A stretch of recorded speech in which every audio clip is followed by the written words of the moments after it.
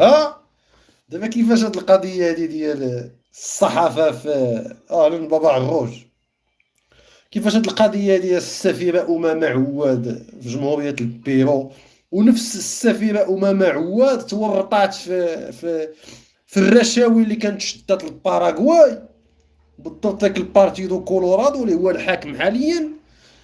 الرشوه اللي كانوا شدوها في الباراغواي كانت عباره عن تجديد وترميم جوج ديال المستشفيات في جمهورية الباراغواي من أجل تعليق الباراغواي اعترافها بالجمهورية الصحراوية. واضح.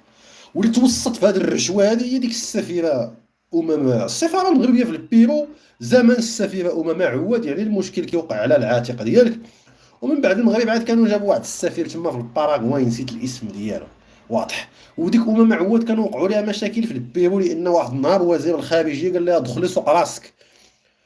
وزير الخارجيه قال للسفيره ديال المغرب دخلي سوق راسك في البيرو، لان البيرو كانت من الدول التي فيها تمثيل دبلوماسي صحراوي تعترف بالجمهوريه الصحراويه. واحد النهار ما عرفتش ديك الهضره، كان الموقف كاع كان خرج من الدوله ديال البيرو، واعترضت عليه السفاره المغربيه، وكانت هذه السفيره عوض هو يدور فيها وزير الخارجيه قال له دخل سوق راسك.